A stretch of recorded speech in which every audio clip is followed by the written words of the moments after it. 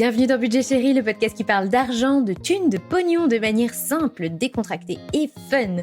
Je suis Delphine Pinon, je suis coach en finances personnelles, c'est-à-dire que j'accompagne les personnes qui stagnent dans leur épargne et dans leurs projets à se choisir une nouvelle vie prospère. Ce podcast, c'est mon kiff personnel, que vous êtes désormais plus de 25 000 à écouter chaque mois. On y parle de vos préoccupations d'argent au quotidien. Lesquels de mes collègues sont-ils mieux payés que moi ? Est-ce que je rends service à mon enfant adulte en lui donnant de l'argent régulièrement ?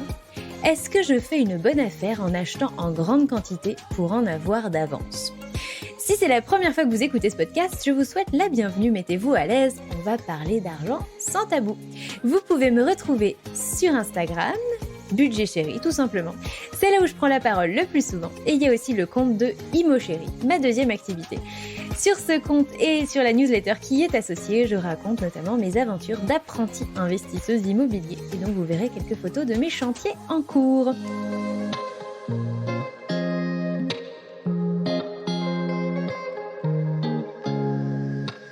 Dans la story du jour, c'est David qui s'empare du micro pour vous raconter sa relation à l'argent. Quand David m'a contacté, il m'a dit « Tu m'as donné envie de m'en sortir ». C'est probablement une des plus belles choses qu'on m'ait dites. L'histoire de David est chaotique, c'est le mot qu'il a lui-même utilisé. Enfant abandonné, puis recueilli dans une famille modeste, il a connu la violence, le manque de reconnaissance de ses proches et le fait de ne jamais se sentir à sa place. Adulte, David a peiné à trouver sa place parmi les autres. Avec ses premiers salaires, il s'est mis à dilapider son argent, premièrement pour combler un vide intérieur, mais aussi pour acheter l'affection des gens autour de lui, jusqu'à un niveau de dette hors de contrôle.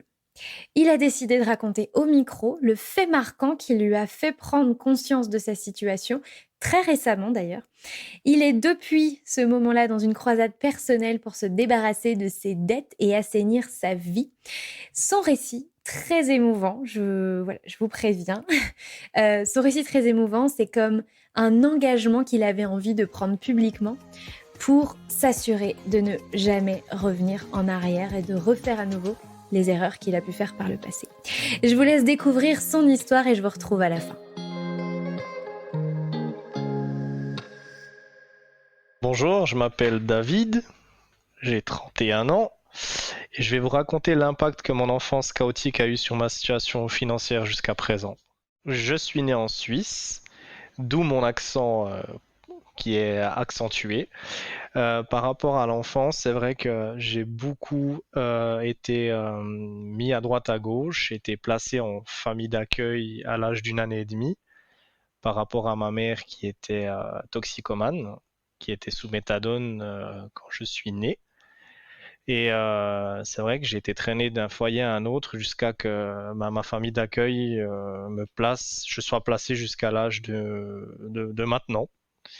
Et j'ai toujours été, en fait, j'ai jamais été vraiment reconnu par rapport à ma famille. Personne m'a vraiment adopté. Et c'est vrai que je me suis toujours attaché aux gens parce que j'ai toujours eu un gros manque dans ma famille, un manque d'amour, un manque de reconnaissance, un manque de quelque chose. Et dans ma famille d'accueil, ben, j'ai grandi jusqu'à l'âge de 7-8 ans, avec mon père qui était d'accueil, jusqu'à que ma mère divorce. Et après, ben, mon père d'accueil était très violent par rapport à ma mère. C'est pour ça il y a beaucoup de souffrance à l'époque que j'ai essayé d'effacer de ma mémoire. Et après, j'ai eu ma mère qui s'est remariée avec mon beau-père, où j'ai eu la chance de vivre 7 à 8 ans avec lui jusqu'à que je le perde à l'âge de mes 16 ans, où c'est la seule personne au final qui était prête à aller jusqu'au bout pour faire les démarches, à me reconnaître. Et bah, c'est là en fait où j'ai perdu énormément de choses et c'était très compliqué pour moi à l'époque de pouvoir avancer sans cette accroche familiale où au final j'ai jamais eu une reconnaissance d'un adulte pour me guider dans la vie au final. Donc ça a toujours été très difficile pour moi de me retrouver. J'ai remarqué en fait à 29 ans lors d'un voyage aux États-Unis quand j'ai dû demander mon visa, quand on devait mettre la maman de ma maman, J'ai remarqué en fait que dans mes papiers, pendant des années, on m'a dit que j'étais adopté, et là, au final, j'ai remarqué que non. C'était pour moi, en fait, un choc parce que pendant des années et des années, on m'avait dit ouais, t'es adopté, etc. Et quand j'ai demandé la question à ma maman de famille d'accueil, ne se souvenait même pas de pas avoir signé les papiers.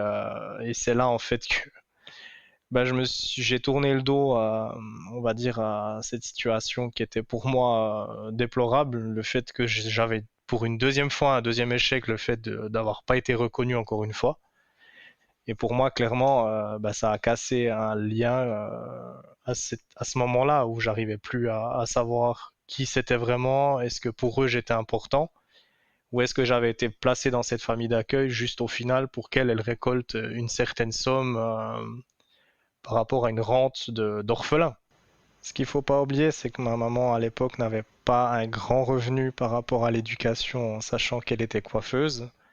Elle avait un salaire de 3 000 et quelques francs, ce qui pour la Suisse n'est pas grand-chose pour éduquer un enfant. Et c'est vrai qu'au niveau financier, j'ai jamais pu être reconnu aussi avec mes amis du fait de ne pas avoir la dernière paire de baskets, le dernier téléphone ou des habits forcément que je voulais. Donc, en fait, je remarquais que j'avais toujours un manque de quelque chose par rapport à ça, et ça créait, de toute façon, on était déjà sur une différence au niveau de la mentalité à l'époque. Ça a toujours été très compliqué entre moi et elle depuis la mort de mon beau-père, parce qu'il faisait un peu le tampon entre elle et moi. Et ce que je remarque, c'est que j'ai vécu jusqu'à mes 26 ans chez elle, parce que c'était difficile au niveau financier de quitter le cocon. J'étais très dépensier à l'époque, et encore aujourd'hui. Mais ça a toujours été un petit peu le combat avec elle, et puis même avec la famille en général, parce qu'il y avait toujours un décalage, parce que je sentais que quand on était dans des fêtes de famille ou etc., j'étais pas à ma place. Je sentais une énorme douleur d'abandon, et je sentais que c'était pas ma vraie famille, ça c'est clair. Je me sentais clairement jamais à ma place en famille et aussi avec les amis. Je savais pas où est-ce que je devais me mettre en groupe. En général, je me mettais toujours en retrait, clairement avec les amis quand on avait des sorties ou etc. J'étais toujours un petit peu en retrait, et c'est vrai que j'avais pas énormément d'amis à l'époque, mais je me suis toujours mis en retrait par rapport à. Je sentais que j'avais un décalage par rapport à la société à l'époque. Et encore aujourd'hui, il y a des moments où je me dis ouais, c'est assez bizarre, je me sens pas forcément à ma place au bon moment. J'ai cette impression. Dès mes premiers salaires, à l'âge de 16 ans, j'avais une place d'apprentissage où je gagnais 400 francs. Et en fait, je remarquais que je dépensais toujours tout très vite, que j'arrivais quasiment pas à payer mes factures de téléphone, etc., que c'était assez compliqué. J'avais un gros manque par rapport à certaines choses, et je me défoulais clairement dans le matériel. Et quand j'ai gagné ma première paye à mes 19 ans, je devais payer 800 francs à ma maman. Et mon salaire passait dans plein de choses. J'achetais tout et n'importe quoi, que ça soit de la technologie ou que je faisais des soirées, je claquais tout. Du moment que j'avais de l'argent sur mon compte, il fallait absolument le vider. Donc c'était toujours la course à l'argent, la course à la dépense pour combler un énorme vide en fait en moi. J'utilisais clairement l'argent pour me faire bien voir. Je payais beaucoup de choses à mes amis, les soirées c'est moi qui payais la plupart du temps, que ce soit les repas, l'alcool, ou etc. C'était pour me mettre à un niveau par rapport à, en fait, pour me faire bien voir. Clairement, c'était vraiment pour me dire, ben voilà, maintenant j'ai de l'argent, je peux être comme tout le monde.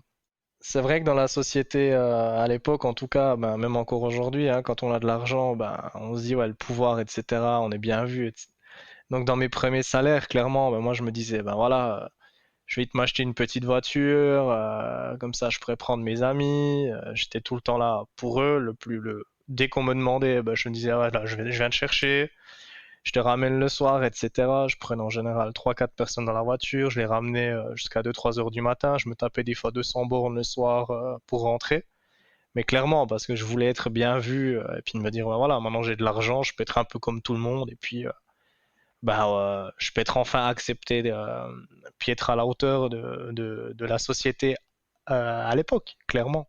J'ai encore des amis de l'époque, j'en ai encore deux, où ça fait plus de 14 ans on est amis, je suis ma meilleure amie, et un ami. Et oui, on avait une relation sincère, mais parce qu'ils ont suivi, j'ai été assez transparent à l'époque, encore aujourd'hui, maintenant de tout ça. Et eux, ils savent très bien ben, les phases que j'ai traversées dans ces époques-là, où je broyais un petit peu du noir et ils m'ont connu dans tous mes états, on va dire ça comme ça.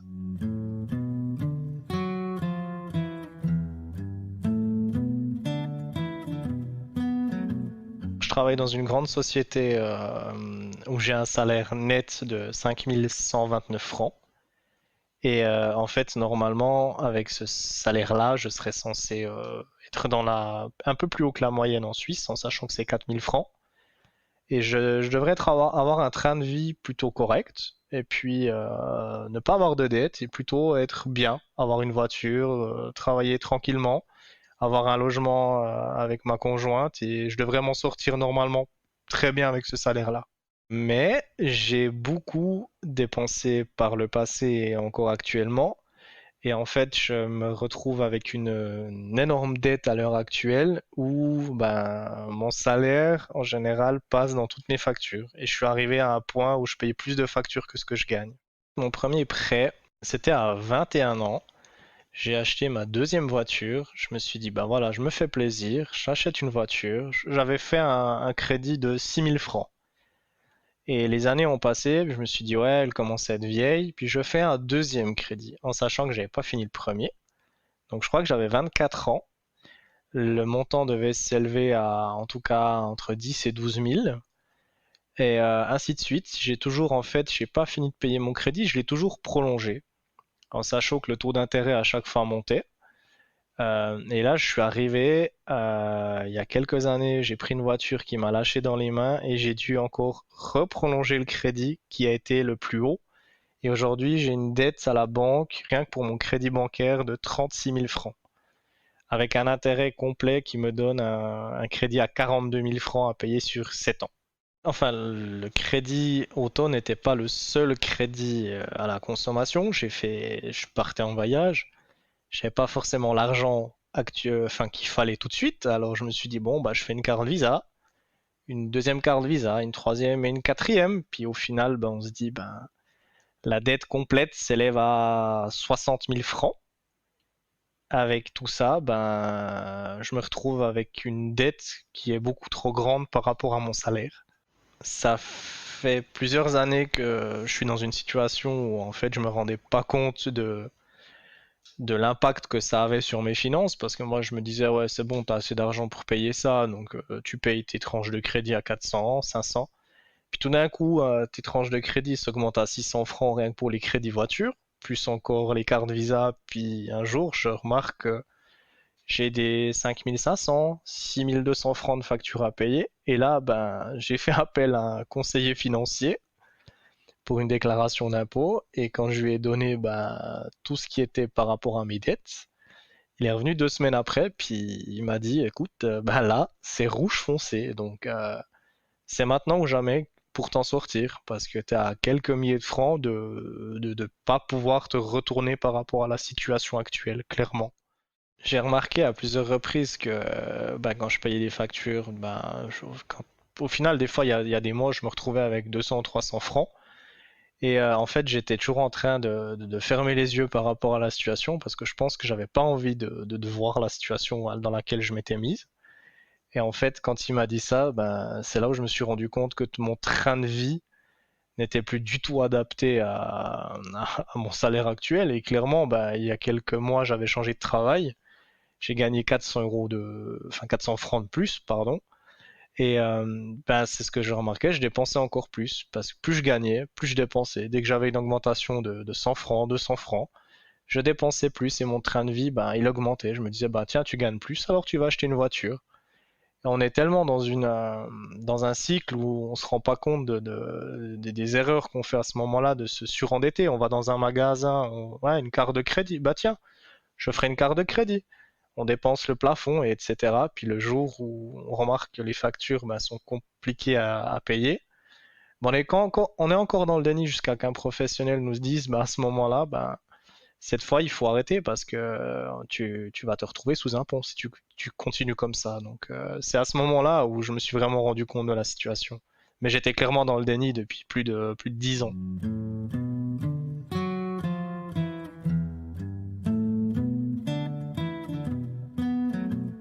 Je vis en couple depuis 4 ans, enfin en ménage, on vit ensemble. Et en fait, c'est vrai que plus les années ont passé, plus on voyait pas forcément la situation se dégrader. Et c'est vrai qu'à plusieurs reprises, ben, elle voyait que je dépensais énormément d'argent. Mais à aucun moment elle s'est dit ouais c'est grave parce qu'elle voyait que bah, tout ce qui était facture était payé, etc.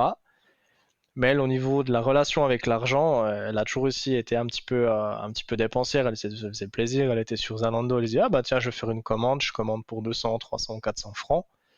Ben, jusqu'au jour où en fait on remarque que les mois ils sont difficiles et qu'on a du mal à mettre de l'essence dans la voiture pour aller travailler. Puis c'est là qu'en fait on s'est rendu compte que bah, dans le couple ça avait un impact clairement au niveau des finances, au niveau de la relation, que c'était vraiment pas top. Puis que ça donnait des énormes tensions parce qu'à chaque fois qu'il fallait payer les factures, puis qu'on regardait les choses ensemble, ben, en général c'était assez compliqué pour moi d'accepter la situation et en fait d'être transparent envers elle puis lui dire écoute ben on est arrivé jusqu'à là et c'est clair que ben, sans son soutien je pense que aujourd'hui je serais clairement pas là. Alors elle me donne beaucoup plus que ce qui est prévu dans ces derniers mois suite à la situation. Elle a remarqué que c'était assez complexe pour moi de payer bah, toutes mes dettes. Donc elle me donne un petit peu plus histoire qu'on s'en sorte, mais c'est plutôt mon passé, on va dire ça comme ça, qui a un impact sur ma relation présente. Mais elle est on est très transparent par rapport à la situation et c'est clair que bah, on a dit qu'on allait vivre ça ensemble et puis surmonter ça ensemble, malgré que la dette a été calculée sur 5 ans.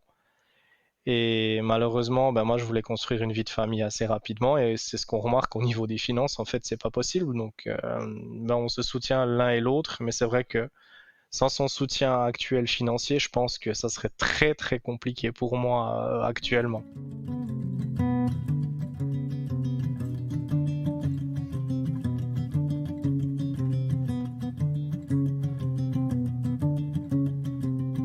C'est vrai que quand le conseiller m'a dit c'est rouge foncé, c'était tout simplement une image vraiment pour me dire ben t'es bientôt dans le noir quoi. Je sais pas exactement à quel moment il s'est dit rouge foncé, mais s'il s'est dit ben voilà les codes couleurs sont vraiment dans le rouge au niveau des comptes, donc on peut pas aller plus loin que au niveau de tes finances, tu peux pas dépasser ces 60 000 francs clairement.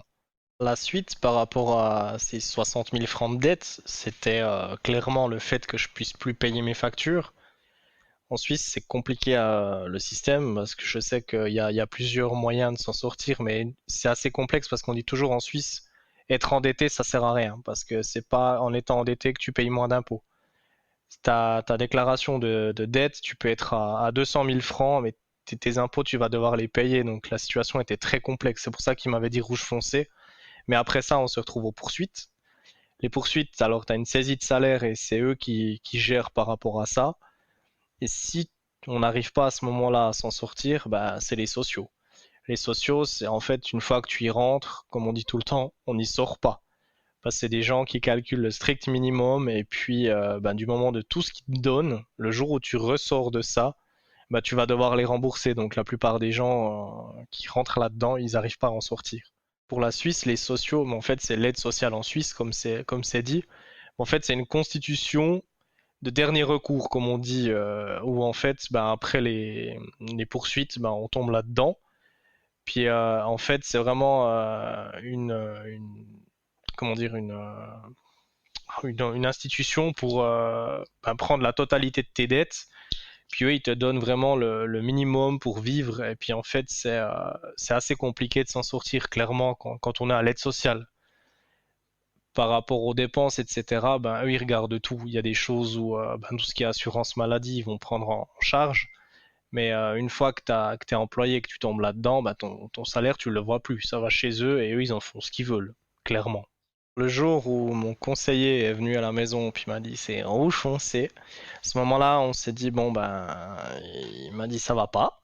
J'ai bien compris la situation et il est revenu une deuxième fois histoire de refaire un budget, de prendre toutes mes dettes, de faire un calcul et puis de se dire ben voilà, tout ce qui est petit montant, c'est ce qu'il faut rembourser le plus rapidement. Moi, je me suis toujours dit que c'était le contraire en me disant ah voilà, t'as des cartes de crédit à 3000 francs, c'est absolument ça qu'il faut payer malgré que j'avais des montants à 400 ou 500 francs qui auraient pu être vite liquidés pour m'enlever des liquidités, enfin pour me donner des liquidités pour payer le reste. Et on a établi bah, tout simplement le plan d'action pour rembourser les choses en premier. Et puis derrière, il m'a demandé de faire un travail sur moi en sachant tout ce qui est dépenses excessives, d'arrêter d'acheter des choses sur Internet, des choses qui sont inutiles. Et derrière, ben moi, j'ai entrepris le fait de voir une coach en développement personnel pour m'aider au niveau de ça.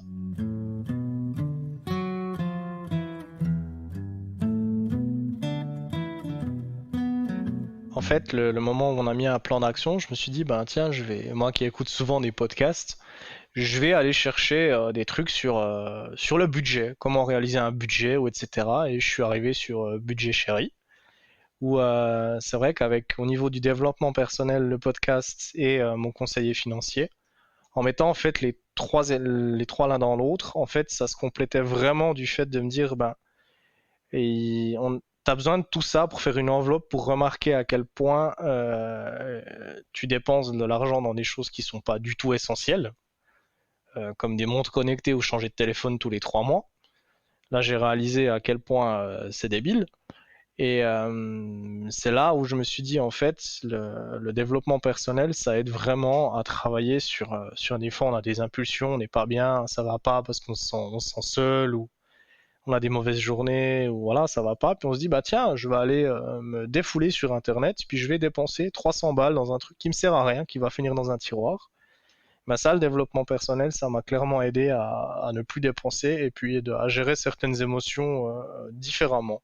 Certaines réactions, j'ai réussi à les changer avec ma coach justement, où j'avais tendance à remplacer quelque chose par un achat, parce que je fuyais certaines émotions, comme on en avait discuté.